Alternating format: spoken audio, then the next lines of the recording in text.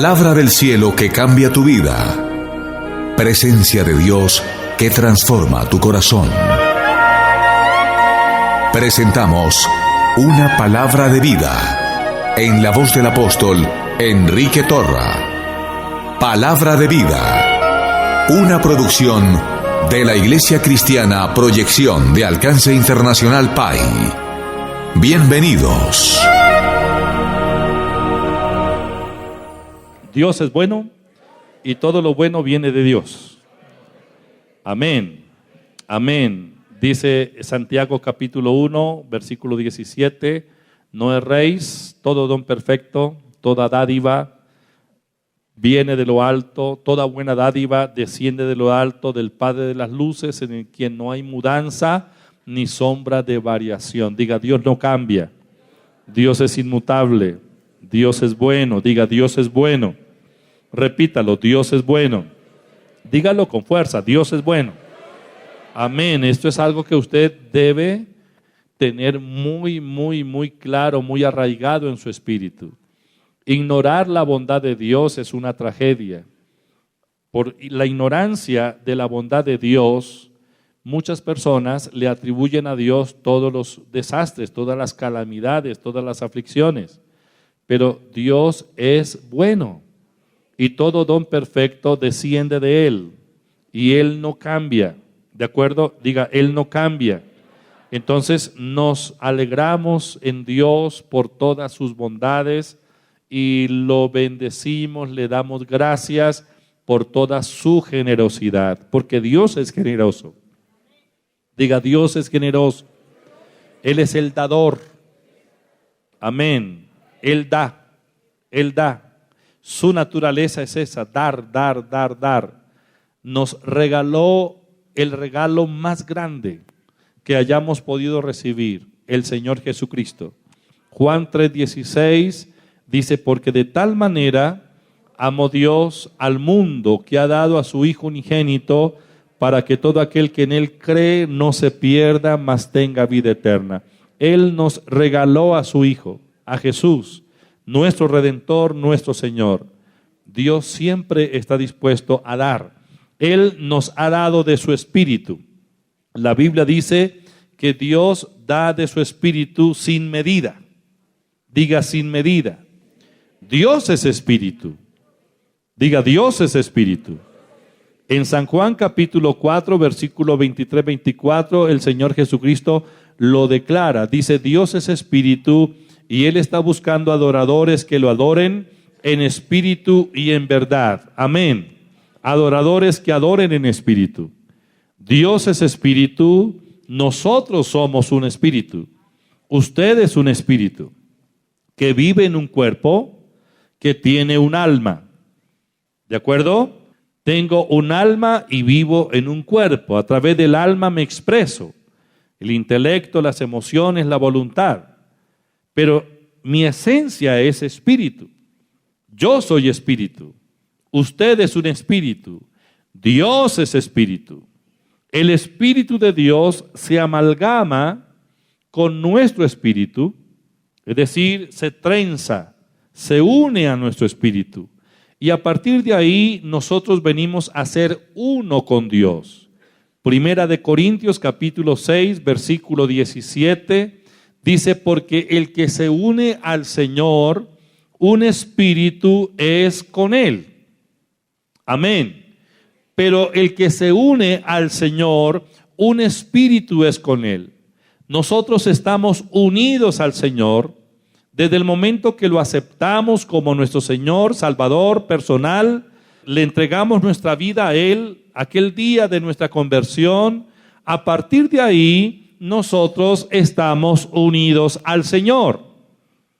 Nosotros decimos y declaramos muchas veces, con Cristo soy uno. Amén, somos uno en Cristo, soy uno en Cristo. Estoy unido a Él. Pero esta unión es sobre la base del Espíritu Santo que vino a morar en nosotros. Entonces, unidos al Señor, somos un solo espíritu con Dios. Dios y nosotros y Dios. el Espíritu de Dios unido a nuestro espíritu.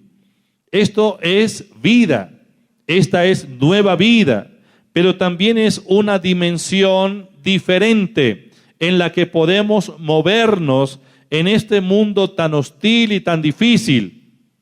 Al fin y al cabo, el mundo siempre ha sido hostil. Eso no es de ahora. En la historia de la humanidad siempre vamos a encontrar esos registros acerca de las dificultades, los peligros, las amenazas y todo lo que en el mundo se puede ver. Pero eso no es de ahora, eso siempre ha sido la constante del mundo. Y nosotros estamos en este mundo. Y Jesús oró en San Juan capítulo 17 para que Dios no nos quitara del mundo. Dijo: Señor, no te ruego que los quite del mundo. Te pido, Señor, es que así como tú has estado conmigo, estés con ellos. ¿De acuerdo? Y te pido, Señor, que estos que están en el mundo se mantengan en la verdad, sean luz del mundo y sean más que vencedores en medio de toda la hostilidad que encuentran a diario. Bueno, en el Antiguo Testamento encontramos una gran lista de personajes que se destacaron por las proezas, por los milagros que hicieron. Ellos descubrieron una clave para poder vivir en la dimensión que vivieron. Fueron personas como nosotros, sujetas a pasiones como las nuestras, pero ellos descubrieron una clave para poderse comportar, para vivir, para moverse en una dimensión extraordinaria. Y la clave fue que su espíritu se abriera para que el Espíritu Santo se manifestara. El Espíritu Santo es Dios. Diga: el Espíritu Santo es Dios. Él es la persona del Espíritu Santo. Diga: el Espíritu Santo es la persona. Es Dios. Es Dios persona. No es solamente una energía, porque algunos piensan que es una energía, pero quiero decirle que el Espíritu Santo es una persona de la divinidad. Él tiene intelecto, Él tiene emociones, Él tiene voluntad, que son las características de una persona, de una personalidad, de una persona específicamente. Por ejemplo, en Santiago capítulo 4, versículo 5, dice que el Espíritu que Dios ha hecho morar en nosotros nos anhela celosamente. Anhelo, deseo. Esto tiene que ver con emociones, con la parte sensitiva.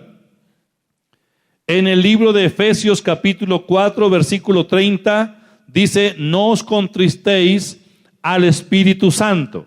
Es decir, lo podemos contristar. Él siente, Él se duele, tiene emociones. En 1 Corintios capítulo 12, versículo 11, habla de la voluntad del Espíritu Santo. Dice que Él reparte los dones como Él quiere, según su voluntad. En Isaías 63, 10, dice: mas ellos fueron rebeldes e hicieron enojar al Espíritu de Dios, el cual se volvió enemigo de ellos y peleó contra ellos. Voluntad, ¿sí? Él mismo peleó contra ellos. Eso es voluntad. Pero también la Biblia nos habla del espíritu de sabiduría, de conocimiento, refiriéndose también al intelecto. Es decir, Él es una persona. Dios Padre es persona. Dios Hijo es una persona. El Espíritu Santo es una persona. Los tres conforman la deidad, es la triunidad. Tres son uno. Así como Él y nosotros somos uno. ¿De acuerdo? El Espíritu Santo es una persona, Él es Dios. Diga: Él es Dios. Y Él ha estado activo todo el tiempo. Es decir, Él estuvo activando su fuerza, su poder creativo, desde mucho antes que la creación tomara la forma que tiene hoy. En Génesis capítulo 1, versículo 1 y 2, dice: en el principio creó Dios los cielos y la tierra.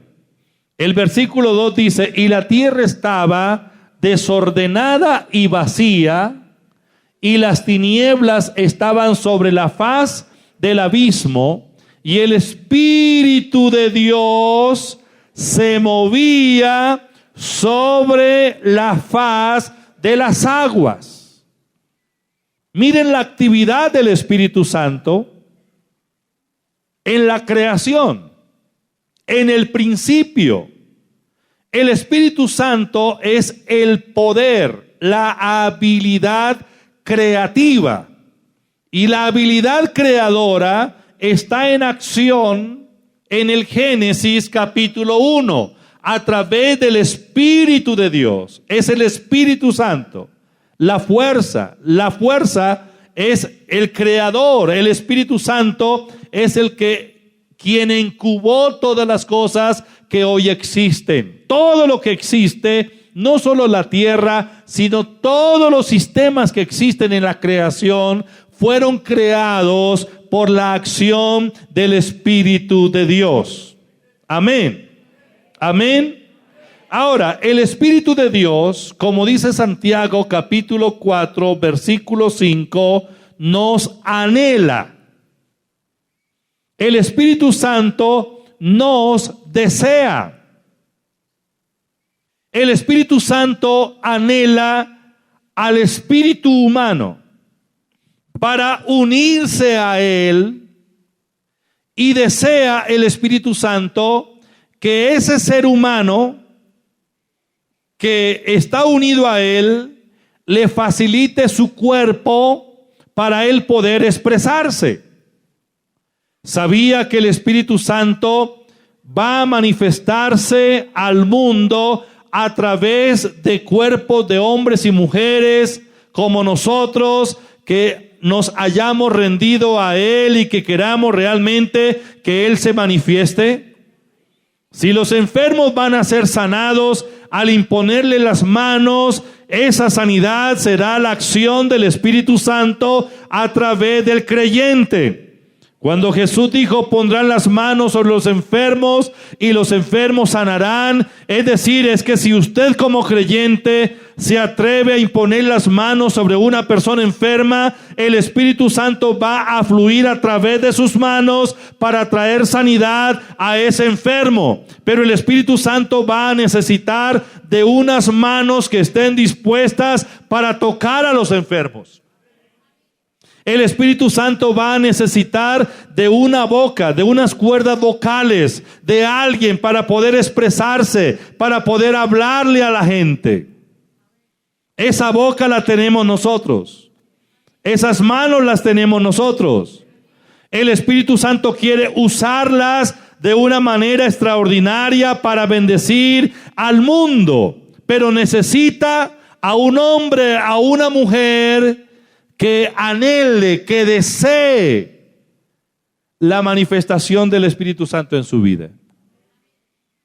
Un hombre de 1000 batallas, un guerrero, uno que enfrentó a ejércitos muy poderosos en sus días, un hombre que se levantó como el caudillo, el líder espiritual, político en su nación. Él decía esto: Dios, Dios mío eres tú. De madrugada te buscaré. Mi alma tiene sed de ti. Mi carne te anhela. Ese mismo hombre oraba de esta manera: como el ciervo brama por las corrientes de las aguas, así clama por ti, oh Dios, el alma mía. Y él declaraba: ¿a quién tengo en los cielos sino a ti? Y fuera de ti nada deseo en la tierra. ¿Quién es ese hombre? David el rey. En el Salmo 63, Él dice: Dios, Dios mío eres tú, de madrugada te buscaré. Mire lo que dice David. David nos está revelando el secreto. David fue el hombre que enfrentó a los filisteos y él, comandando a su gente, pudo derrotarlos y recuperar para su pueblo lo que se había perdido. Él recuperó lo perdido, venció en las batallas. David es el hombre que en el campo, mientras pastorea a las ovejas, se enfrenta a los osos y a los leones, y no solamente los detiene, sino que los despedaza.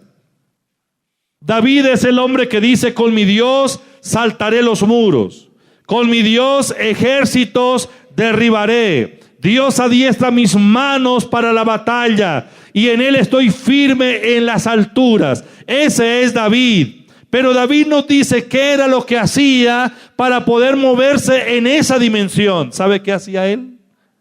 Todas las madrugadas se llenaba de la presencia del Espíritu Santo.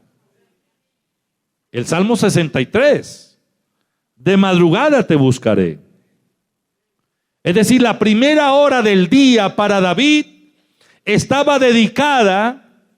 Cuando digo la primera hora, pudo haber sido 3 horas, o el tiempo que sea. Porque es que estar en la presencia de Dios, disfrutando, deleitándonos, el tiempo se pasa y no lo notamos, ¿verdad? Y uno quiere seguir ahí, recibiendo de su presencia. Pero David dice: de madrugada te busco. Es decir, cuando él despertaba, la primera actividad de David era beber de la presencia de Dios, llenarse de la presencia de Dios. Se imagina a un hombre, a una mujer, que desde tempranas horas es su vida llena o saturada del Espíritu Santo. ¿Se imagina cómo será el resto de ese día para esa persona? ¿Qué será el resto del día? Pues los problemas no le van a desaparecer.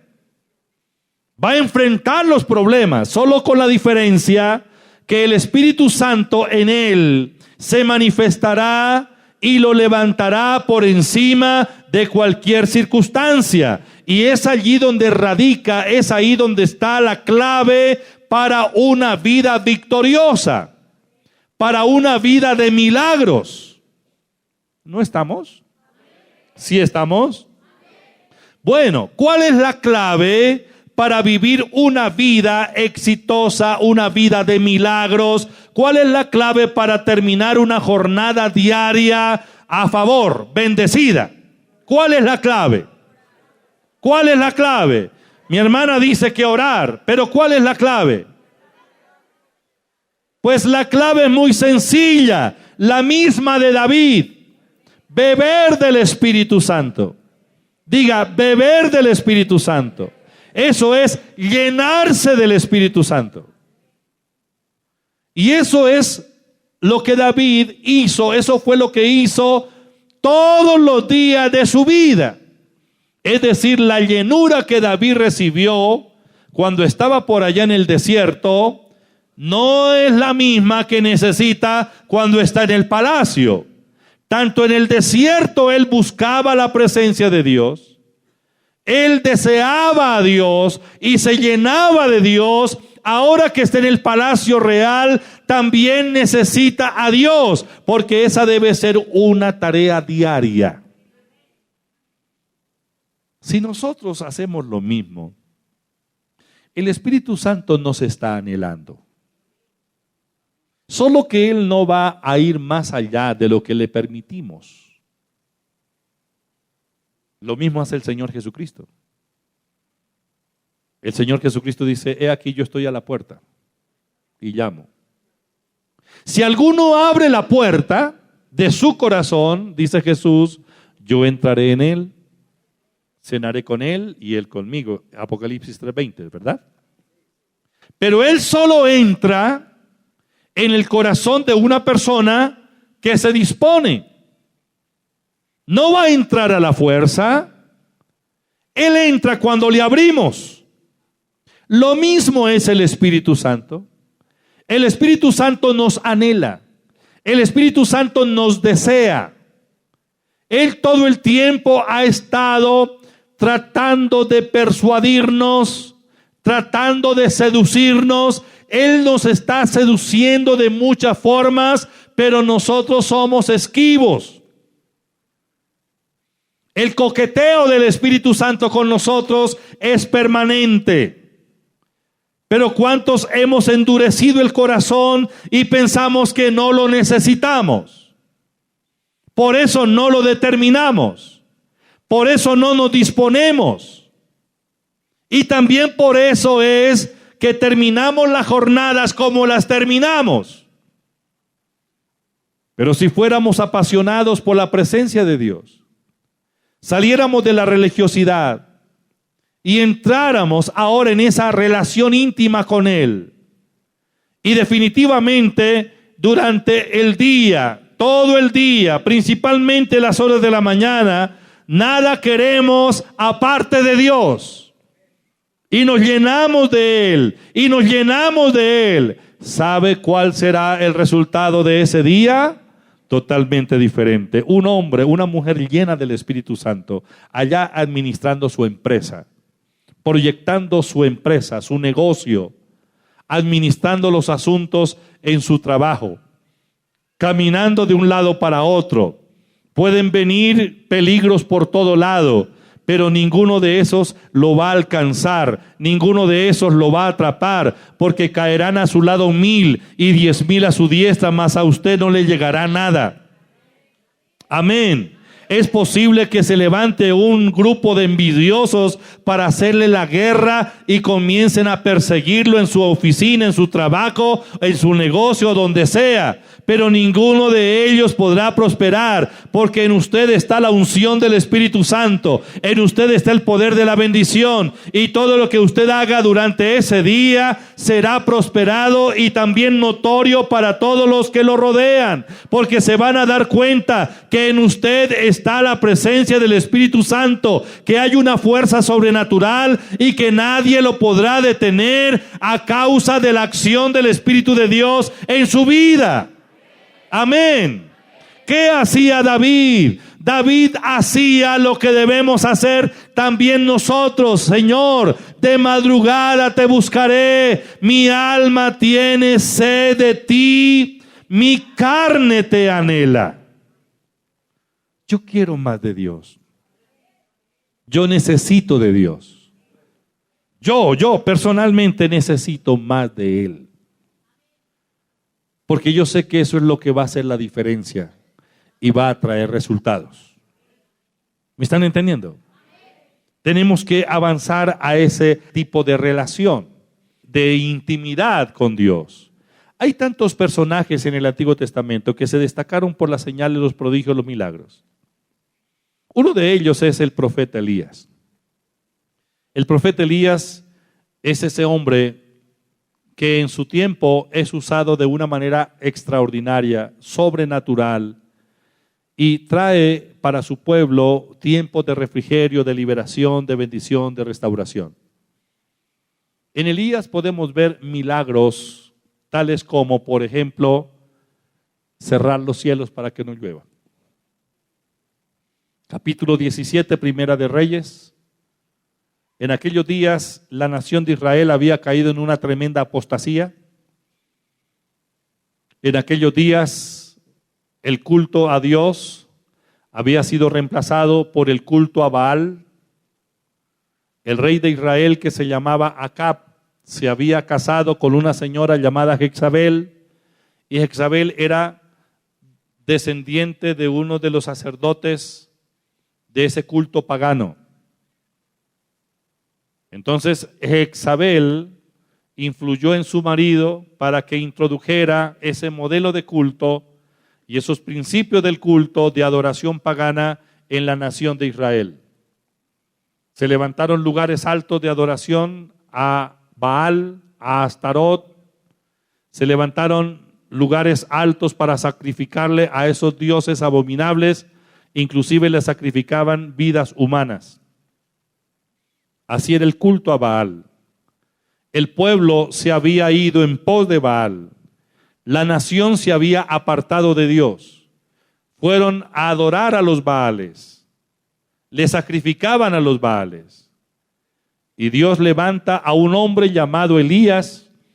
Y Elías viene y se presenta ante el rey Acab, capítulo 17 de Primera de Reyes. Y le dice Elías a Acab: vive Jehová, en cuya presencia estoy. Elías Tisbita, ya lo vieron. Vive Jehová, en cuya presencia estoy. Jehová Dios de Israel, que no habrá lluvia ni rocío en estos años, sino por mi palabra. Y Elías declara esa palabra y los cielos se cerraron. No llovió, se secaron las plantas, la vegetación se secó. Los manantiales se secaron, los ríos se secaron, no había lagos que pudiera proveer de líquido, de agua para el pueblo. El pueblo estaba en una tremenda calamidad. Y un día Elías convoca a todos los representantes del culto a Baal y lo hace en el Monte Carmelo. Allí en el Monte Carmelo ya habían pasado 3 años y medio de sequía. Entonces Elías hizo un reto, retó a los profetas de Baal y a toda esa estructura pagana y dijo Elías: vamos a hacer un altar, ustedes hagan un altar, yo voy a hacer un altar, vamos a sacrificar el animal para ponerlo sobre el altar, ustedes van a orarle a su Dios Baal y si su Dios Baal responde con fuego, entonces ese será Dios. Y yo voy a orar a Jehová, a mi Dios. Y si Dios responde con fuego, ese es el Dios. Y dice la Biblia en el capítulo 18 del libro de Reyes, Primera de Reyes, que se encontraron en la cumbre del Carmelo y allí levantaron el altar. Los de Baal clamaron a Baal durante horas, hicieron lo que hicieron, se sajaron, se torturaron ellos mismos, la sangre salía de sus cuerpos y ellos clamaban frenéticamente, pero Baal no respondió. Cuando le tocó el turno al profeta Elías, dice que él reparó el altar, puso la leña, las piedras, puso el cordero sobre la leña y clamó a Dios, y Dios respondió. Cuando Elías oró, no demoró ni 30 segundos en la oración. Solamente le dijo: Jehová Dios mío, responde. Quiero una respuesta con fuego. Mire lo que está pidiendo él. No está pidiendo cualquier cosa. Está pidiendo que venga fuego del cielo y consuma el holocausto. Y dice la Biblia que vino el fuego, descendió el fuego y el fuego consumió el holocausto. Aquel día Elías acabó con el culto pagano a Baal. 450 profetas que fueron retados de los de Baal, ellos cayeron aquel día, fueron vencidos, decapitados, y la señora Jezabel se enojó tanto porque Elías había hecho esto, y Jezabel dijo: pues si él me mató a los profetas, yo le voy a quitar la cabeza. ¿Sabe que no importa quién venga contra nosotros? Lo importante es quién está en nosotros. Según Primera de Juan 4:4 dice: hijitos, vosotros sois de Dios y los habéis vencido, porque mayor es el que está en vosotros que el que está en el mundo. Si Dios es con nosotros, ¿quién contra nosotros? El poderoso está en nosotros y Él defenderá nuestra causa. Y Él nos sacará avantes en cualquier situación, más que vencedores en el nombre de Jesús. Amén. Ahora, cuando Elías hace esto, capítulo 18, versículo 41, dice la Biblia que Elías le dijo al rey Acab: sube, come y bebe, porque una lluvia grande se oye. Elías no estaba viendo nubes, no estaba viendo nada, pero en su espíritu podía percibir ya un milagro. 3 años y medio sin llover. Los cielos están abiertos, la temperatura está muy alta. Pero cuando Elías hace una declaración, es una declaración de fe. Acuérdense que la fe llama a las cosas que no son como si fuesen. Entonces Elías le dice al rey Acab: anda, sube, coma, beba. La lluvia viene. Oigo que la lluvia viene. Una lluvia grande se oye. Y Elías le dice a Acab: vaya a comer, a beber. Y él subió a comer y a beber. Y Elías subió a la cumbre del Carmelo y postrándose en tierra, versículo 42, postrándose en tierra, puso su rostro entre las rodillas. Esa es la posición que las hebreas toman para dar a luz. Para que cuando la partera viniera y las acompañara en el parto y todo saliera muy bien y rápido, la posición de la hebrea para dar a luz de la mujer hebrea es esa: ir al piso, postrarse y poner su cabeza, su frente entre las rodillas tocando el piso. Lo que Elías está haciendo aquí es eso. Él sabe, hay un milagro, viene un milagro, hay un milagro. Y Elías está produciendo, está concibiendo, pero más que concebir, porque ya lo tenía en el espíritu, está pariendo un milagro. ¿Cuál es el milagro? La lluvia. ¿Y quién realmente es el que está produciendo ese milagro? Dios. Pero Elías está en esa posición y le dice a su criado: sube, mira hacia el mar, a ver qué ve. Y el criado subió y miró y dijo: no hay nada. Y Elías le volvió a decir: vuelve 7 veces. A la 7ª vez dijo: yo veo una pequeña nube como la palma de la mano de un hombre que sube del mar. Eso fue todo lo que vio. Una nube de grande como la palma de la mano de un hombre. Eso fue lo que vio subir del mar. Entonces Elías le dijo a su criado: ve y di a Acab: unce tu carro y desciende, para que la lluvia no te ataje. No está hablando de cualquier carro. No está hablando de cualquier carrito que es jalado por un caballo viejo y lleno de enfermedades, como los que vemos por ahí en las calles. Pobres caballos, casi ni pueden caminar. Aquí no está hablando de ese tipo de caballos, ni de ese tipo de carros destartalados. Se está refiriendo a los carros que usaba el ejército en aquellos días. Cuando el ejército salía a la guerra, ellos llevaban carros, pero eran carros de última generación, de avanzada tecnología, que eran jalados por caballos en muy buen estado de salud y con mucha fuerza.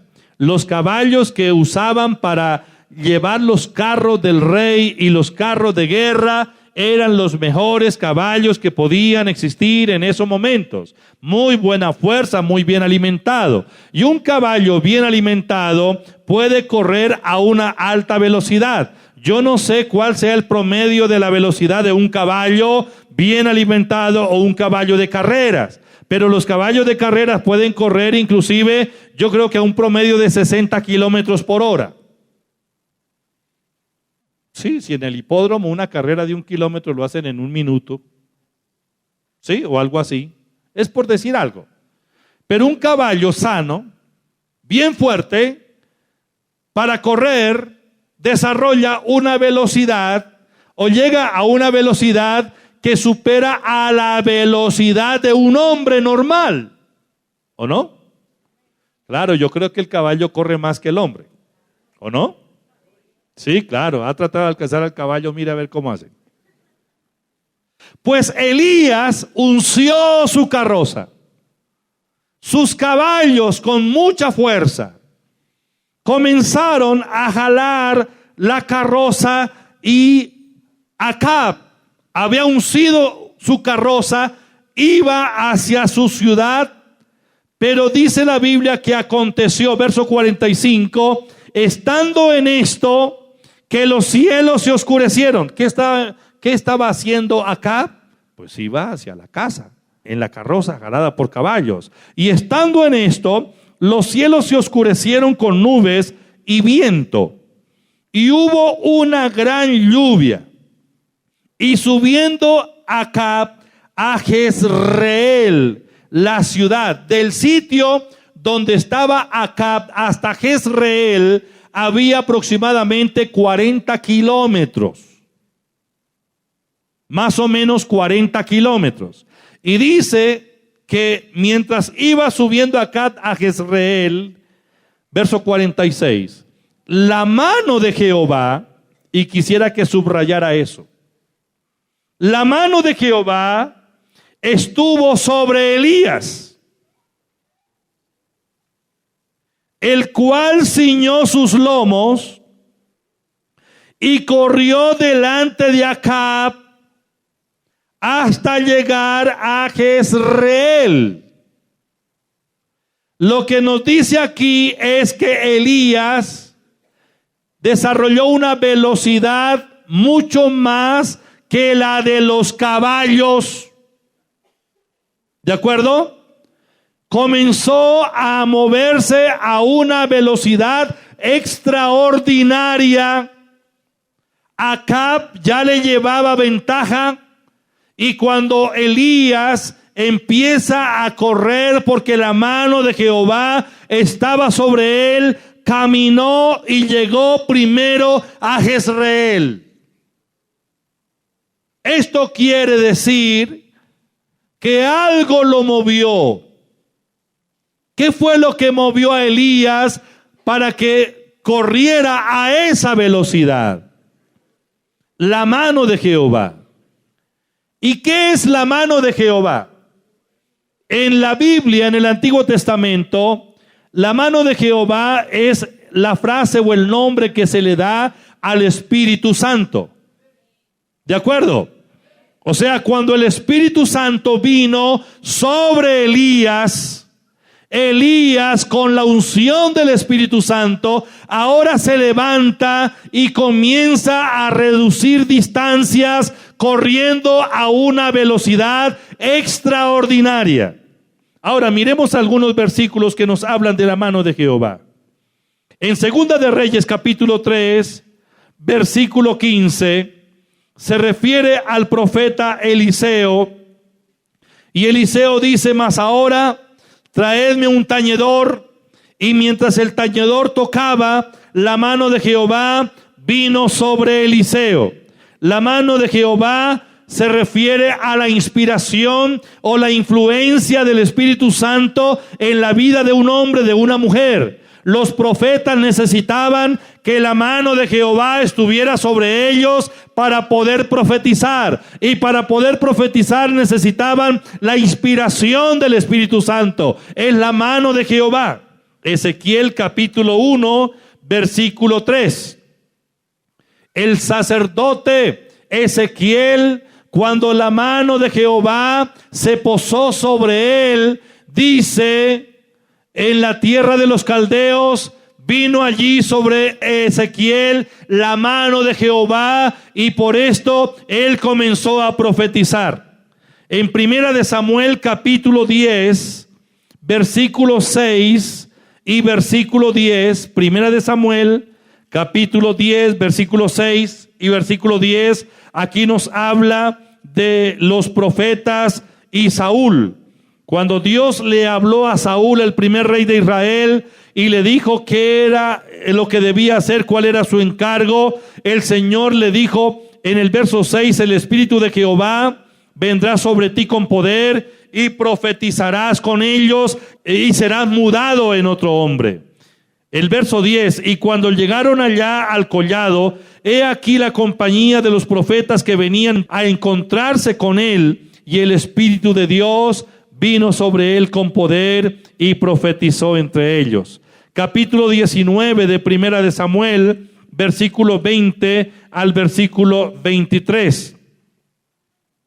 Entonces Saúl envió mensajeros para que trajeran a David, los cuales vieron una compañía de profetas que profetizaban, y Samuel que estaba allí y los presidía, y vino el Espíritu de Dios sobre los mensajeros de Saúl, y ellos también profetizaron. Cuando lo supo Saúl, envió otros mensajeros, los cuales también profetizaron. Y Saúl volvió a enviar mensajeros por tercera vez, y ellos también profetizaron. Entonces él mismo fue a Ramá, y llegando al gran pozo que está en Secú, preguntó diciendo: ¿dónde está Samuel y David?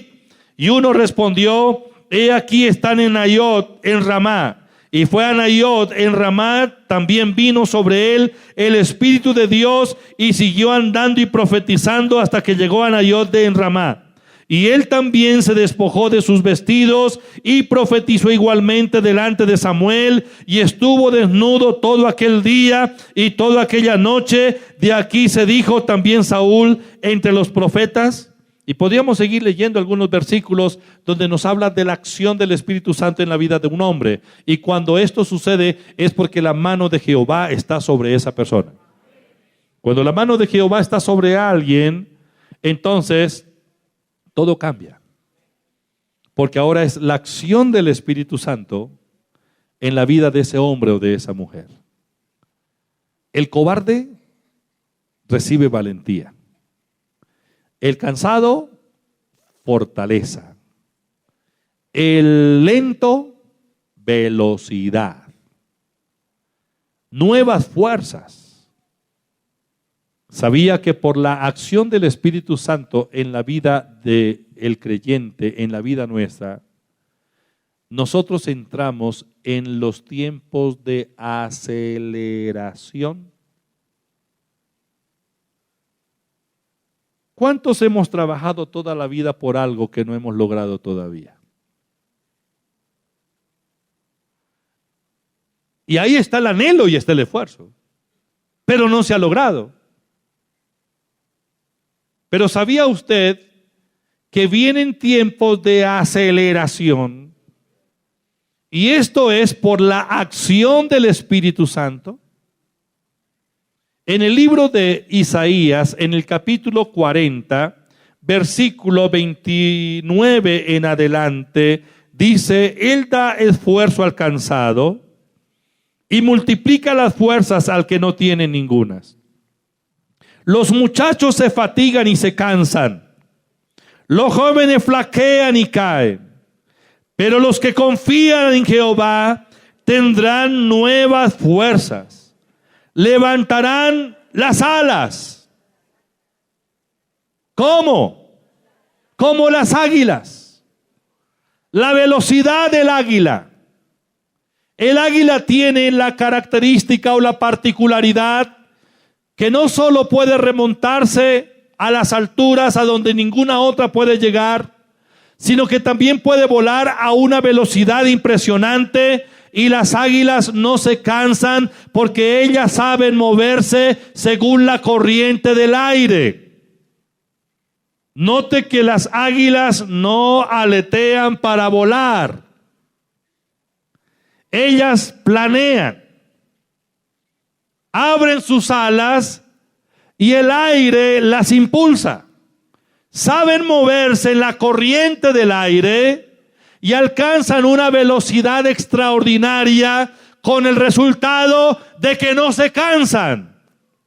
Porque el esfuerzo no está de ellas o no viene de ellas, sino que la fuerza viene del viento que las impulsa. ¿Qué es lo que Dios está diciendo aquí en Isaías 40, 31?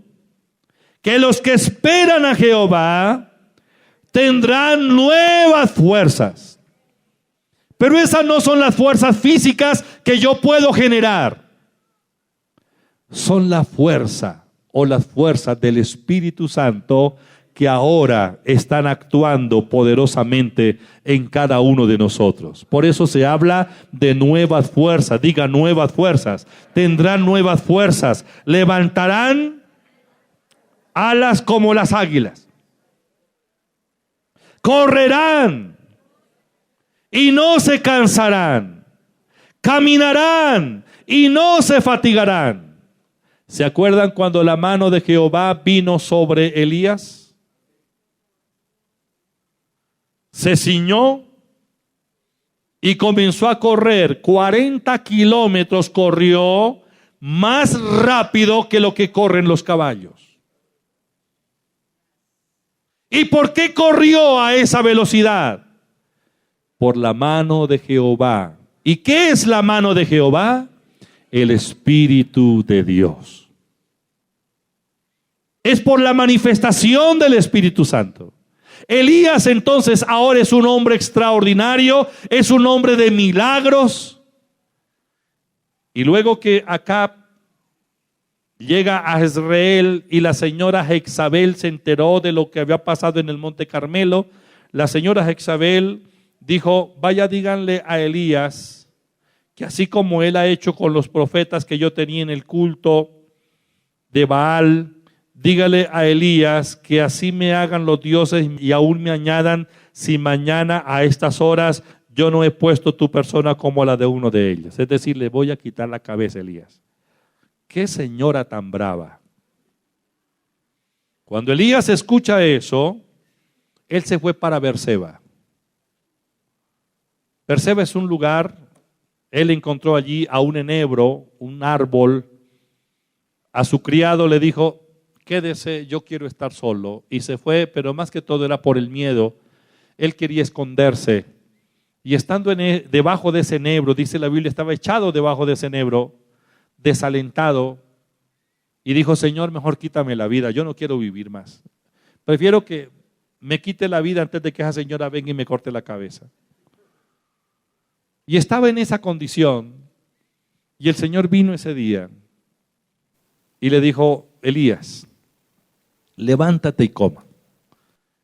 Y le llevó comida. Vino un ángel y le dio pan, le dio comida, le dio agua y se volvió a dormir.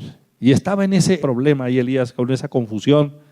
Y luego el Señor volvió a decirle: venga Elías, levántate y coma más.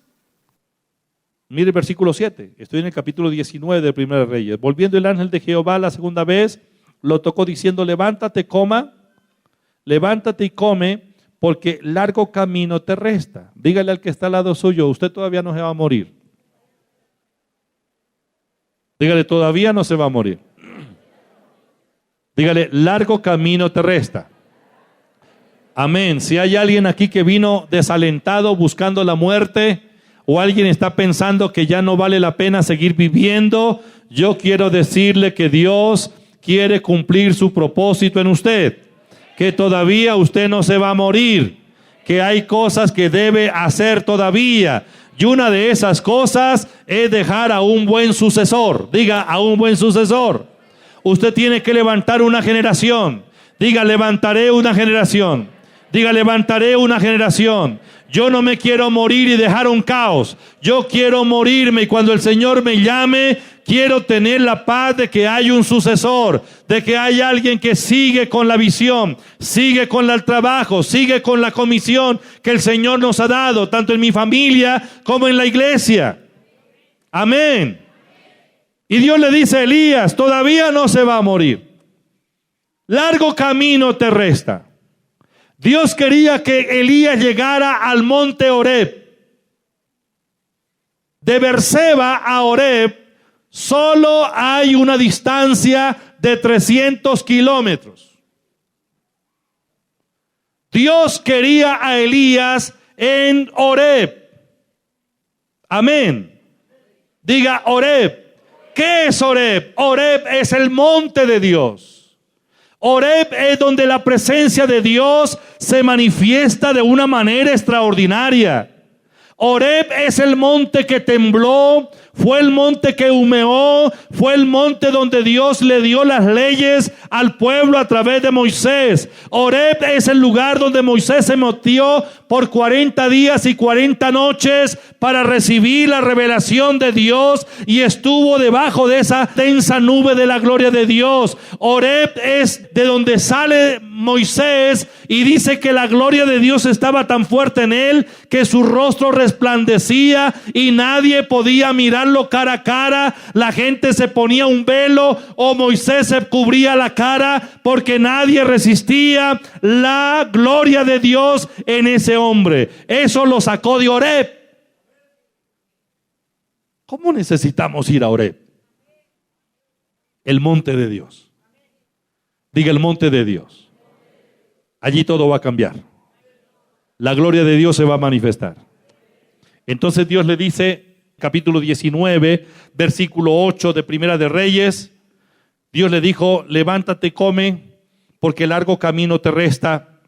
Y se levantó pues y comió y bebió.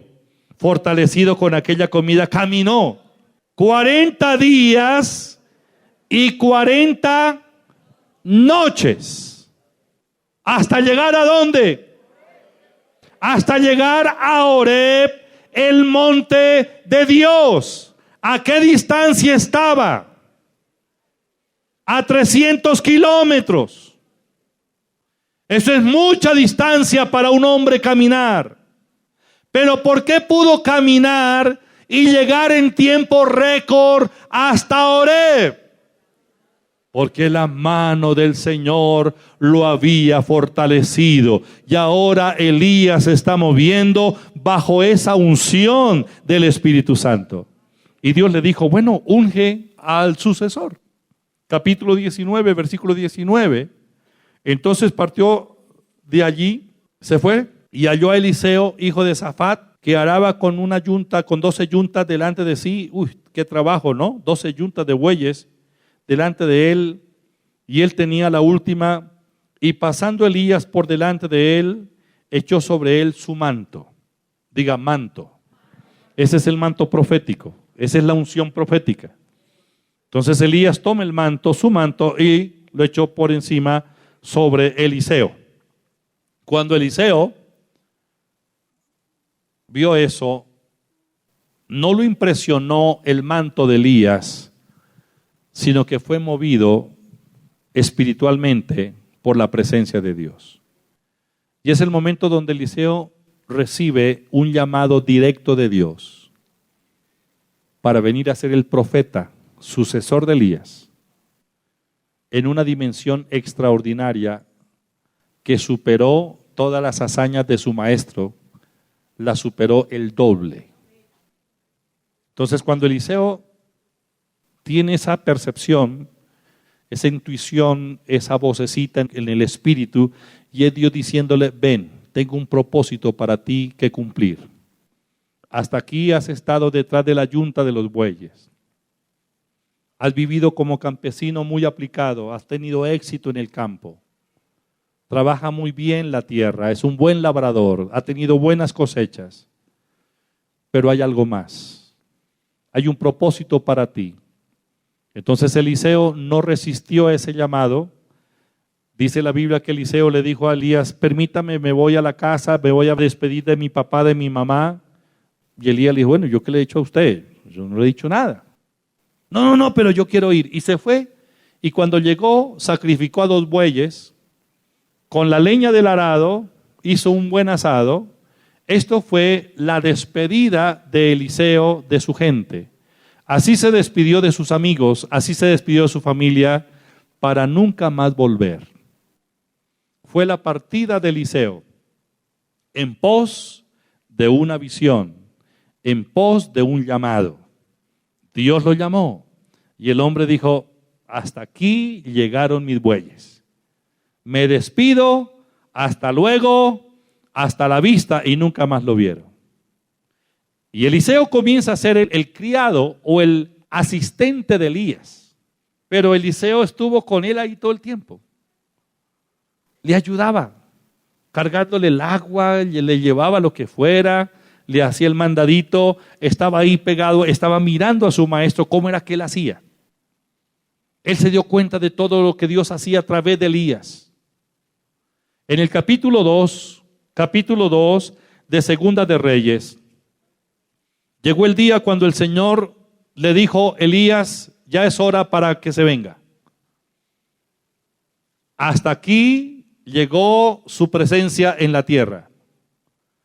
Mire lo que dice el versículo. Aconteció que cuando Jehová quiso alzar a Elías en un torbellino al cielo. ¿Sabía usted que Elías es uno de los 2 hombres que está en el cielo sin haber muerto? ¿Cómo se llama el otro? Enoc. El antediluviano. Ellos son los 2 únicos que están en el cielo sin haber muerto. Los otros han tenido que morir para llegar allá. Pero Elías fue arrebatado, ¿de acuerdo? En un carro de fuego. Fue arrebatado y él no vio la muerte como cualquier otro humano. Mire lo que Dios hace con sus hijos. Es algo extraordinario. Llegó el momento cuando Dios quiso alzar a Elías en un torbellino al cielo. Elías venía con Eliseo de Gilgal, es decir, Eliseo, nótelo siempre ahí pegadito, como buen discípulo. Diga discípulo, el que está aprendiendo de su maestro. Y dijo Elías a Eliseo: quédate aquí ahora, porque Jehová me ha enviado a Betel. Y Eliseo dijo: vive Jehová y vive tu alma, que no te dejaré. Descendieron pues a Betel. Saliendo a Eliseo los hijos de los profetas que estaban en Betel, le dijeron: ¿sabes que Jehová te quitará hoy a tu señor de sobre ti? Y él dijo: sí, yo lo sé, callad. Y Elías le volvió a decir: Eliseo, quédate aquí ahora, porque Jehová me ha enviado a Jericó. Y él dijo: vive Jehová y vive tu alma, que no te dejaré. Vinieron pues a Jericó. Y se acercaron a Eliseo los hijos de los profetas que estaban en Jericó y le dijeron: ¿sabes que Jehová te quitará hoy a tu señor de sobre ti? Él respondió: sí, yo lo sé, callad. Y Elías le dijo: te ruego que te quedes aquí, porque Jehová me ha enviado al Jordán. Y él dijo: vive Jehová y vive tu alma, que no te dejaré. Fueron pues ambos al Jordán. Y vinieron 50 varones de los hijos de los profetas y se pararon delante a lo lejos a ellos, y ellos 2 se pararon junto al Jordán. Tomando entonces Elías su manto, lo dobló, golpeó las aguas, las cuales se apartaron a uno y otro lado, y pasaron ambos por seco. Qué milagro, ¿verdad? Cuando habían pasado, Elías dijo a Eliseo: pide lo que quieras que yo haga por ti. Es decir, pida la herencia. Has estado como un hijo. Pídame la herencia. Pida lo que quieras que yo haga por ti. Y dijo Eliseo: yo te ruego que una doble porción de tu espíritu sea sobre mí. ¿Qué está pidiendo Eliseo? Está pidiendo la doble porción de Elías. ¿Y por qué pide la doble porción de Elías? Porque Eliseo se consideraba un hijo, pero no cualquier hijo, sino que él se consideraba como el hijo primogénito. Entonces dijo: llegó el momento de pedirle herencia. Y según la Biblia, los primogénitos tienen derecho a la doble porción. Eso está en Deuteronomio capítulo 21, versículo 17. Es la porción del primogénito. La porción de herencia para el primogénito, según la Biblia, mas al hijo de la aborrecida reconocerá como primogénito, para darle el doble de lo que le correspondiere a cada uno de los demás, porque él es el principio de su vigor y suyo es el derecho de la primogenitura. El primogénito tiene un derecho legal. Según la Biblia, el primogénito tiene derecho a la doble porción. Eliseo está pidiendo la doble porción de la herencia. Él está supremamente enamorado del espíritu que opera en su maestro llamado Elías. Eliseo sabe que cuando Elías está bajo la influencia del Espíritu de Dios, es un ser extraordinario. Corre más que los caballos. Camina como nadie puede caminar. Cierra los cielos cuando quiere. Hace descender fuego del cielo cuando quiere. Cuando él ora, resucita a los muertos. Bueno, los milagros de Elías. Ahora Eliseo sabía, mi maestro Elías hace todo eso, es porque la mano del Señor o el Espíritu del Señor está sobre él. Pues si me dio la oportunidad de pedir, pues voy a pedir. Y le dijo, pues sí, Señor, mi herencia, yo pido que mi herencia sea conforme a Deuteronomio 21:17. Deme la doble porción. Yo quiero la doble porción. ¿Qué le dijo Elías?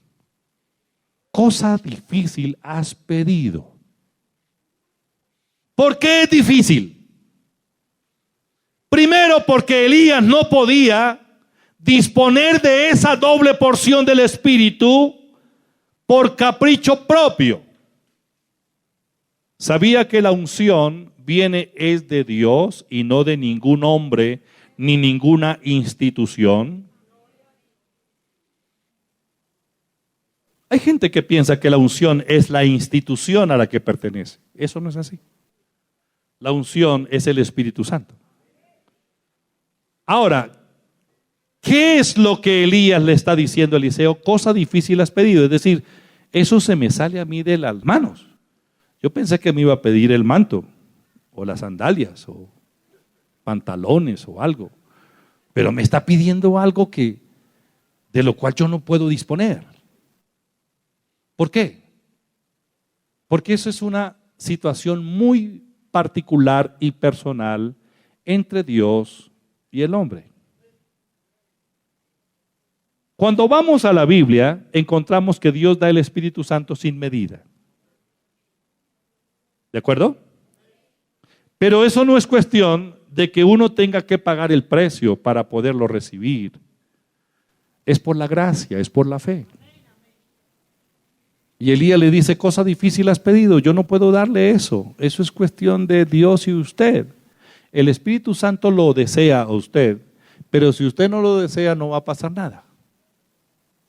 Pero a todos los sedientos pueden venir a las aguas y beber, y beber, y beber, y saciarse sin límites hasta que rebosen.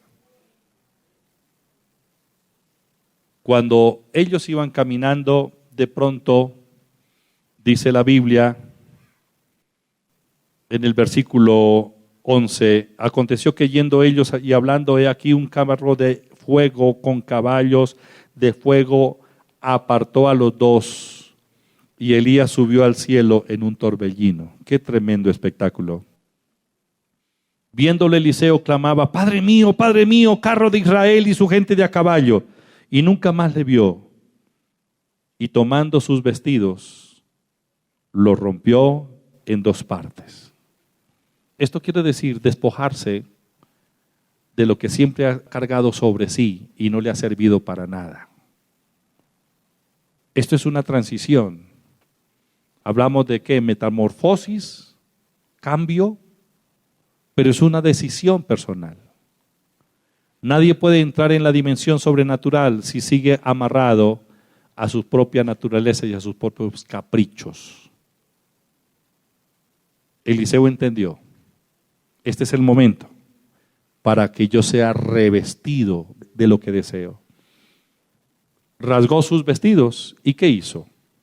Tomó, léalo por favor.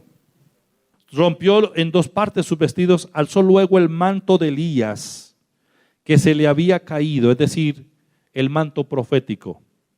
Lo tomó y volvió y se paró a la orilla del Jordán y tomando el manto de Elías que se le había caído, golpeó las aguas y dijo, ¿dónde está Jehová el Dios de Elías? Y así que hubo golpeado del mismo modo las aguas, se apartaron a uno y a otro lado y pasó Eliseo. A partir de este momento, Eliseo se convierte en el hombre que hace más milagros que todos los demás en la Biblia, a excepción del Señor Jesucristo. El único que superó en milagros a Eliseo fue el Señor Jesucristo. Mire lo que estamos hablando. Su maestro no se puede comparar las obras que hizo su maestro con lo que hizo este hombre bajo la unción del Espíritu Santo. Milagros y maravillas. Diga, milagros y maravillas. Ahora Eliseo se levanta en una dimensión sobrenatural. Todo por la acción del Espíritu Santo en su vida. Colóquese de pie. Jesús dijo en San Juan 7:37, el último y gran día de la fiesta, Jesús se puso en pie y alzó su voz diciendo, si alguno tiene sed, venga a mí y beba. Y como dice la Escritura, el que cree en mí, como dice la Escritura, de su interior correrán ríos de agua viva. Y esto dijo del Espíritu que habían de recibir los que creyesen en él, pues aún no había venido el Espíritu Santo, porque Jesús no había sido aún glorificado. Jesús dice, a todos los sedientos, venid a las aguas. Vengan y beban todo lo que quieran. Si hay alguien que desea la llenura del Espíritu Santo, puede decirle, Señor, yo quiero de ti más y más. Quiero la doble porción. Quiero dejar de ser ordinario para convertirme en un hombre extraordinario. Una vida de milagros puede comenzar a partir de hoy en usted y en mí. ¿Saben lo que les estoy diciendo? Una vida de milagros van a comenzar muchos de los que se llenen con el Espíritu Santo. Se recibe por la fe. El Espíritu Santo se recibe por la fe. ¿Por qué no habla con Él por un momento? Recuerde que Él es una persona. ¿Por qué no le dice, Espíritu Santo, te amo, te deseo, te necesito? Te necesito. Ya no quiero ser igual. Espíritu Santo, te necesito. Te necesito. Abra sus manos, cierre sus ojos. Métase usted con Dios en estos minuticos. No se deje distraer de nada. Es usted y Dios. No importa sus pecados, no importa lo que haya sido su vida, su pasado. Dios lo necesita, Dios la necesita, Dios me necesita. Hay un propósito que cumplir. Tal vez está agobiado. Ha pensado que ya no vale la pena seguir adelante.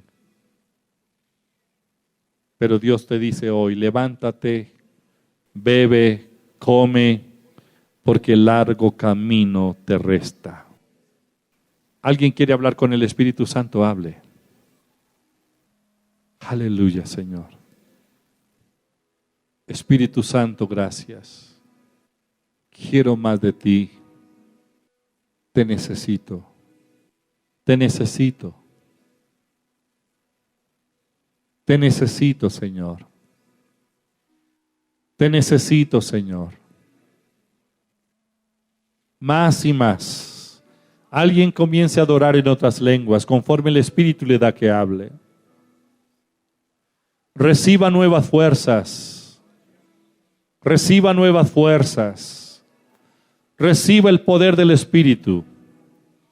Comienzan los tiempos de aceleración. Aquellas cosas por las que ha estado luchando y trabajando durante toda su vida, ahora comienzan a darse. Llegó el tiempo de aceleración para cada uno de nosotros. Aleluya, lo que no pudimos conseguir en 50 años, Ahora llegó el momento de la materialización de esas cosas. Yo lo declaro en el nombre de Jesucristo. Y todo esto por la acción del Espíritu Santo. Por la acción del Espíritu Santo. Por la acción del Espíritu Santo. Porque la mano de Jehová está sobre nosotros. Aleluya, aleluya. Hable en otras lenguas. Deje que el Espíritu Santo ahora comience a llenarlo. Beba. Beba, beba todo lo que quiera. Gracias, Señor. Gracias, Jesús. Coloque la mano sobre su corazón. Reciba salvación. Reciba salvación. Repita conmigo: Señor Jesús, vengo a ti. Te pido perdón por mis pecados. Sé que te he ofendido. Me arrepiento. Siento dolor por haber pecado. Perdóname, Señor. Yo te acepto en mi corazón como mi único y suficiente Salvador. Lávame con tu sangre. Límpiame de todo pecado. Ven, Señor Jesús, a vivir en mí. Espíritu Santo, te necesito. Lléname con tu presencia. Dame una experiencia hoy de que tú estás en mí. Gracias, Señor. Gracias, Padre. Señor, gracias. Señor, gracias. Séllala con tu poder, oh Dios. Nuevas fuerzas. Gracias, Señor. Gracias, Señor. Padre, gracias. Gracias. Gracias, Señor. Confirma tu palabra, Señor. Señor, gracias. Libre, libre, libre, libre. Señor, satúralo. Un nuevo hombre, Señor. Gracias, gracias, oh Dios. Gracias, Señor. Te alabamos y te bendecimos. Señor, confirma la buena palabra. Haz un milagro, Señor. Haz un milagro, Señor. Haz un milagro, Señor, ahora. Espíritu Santo, llénalo. Río de agua viva. Gracias, Señor. Gracias, Padre. Porque tú eres grande, todopoderoso. Levante sus manos y dígale: Señor, gracias. Señor, gracias. Señor, gracias. Señor, gracias. Gracias, Señor. Gracias.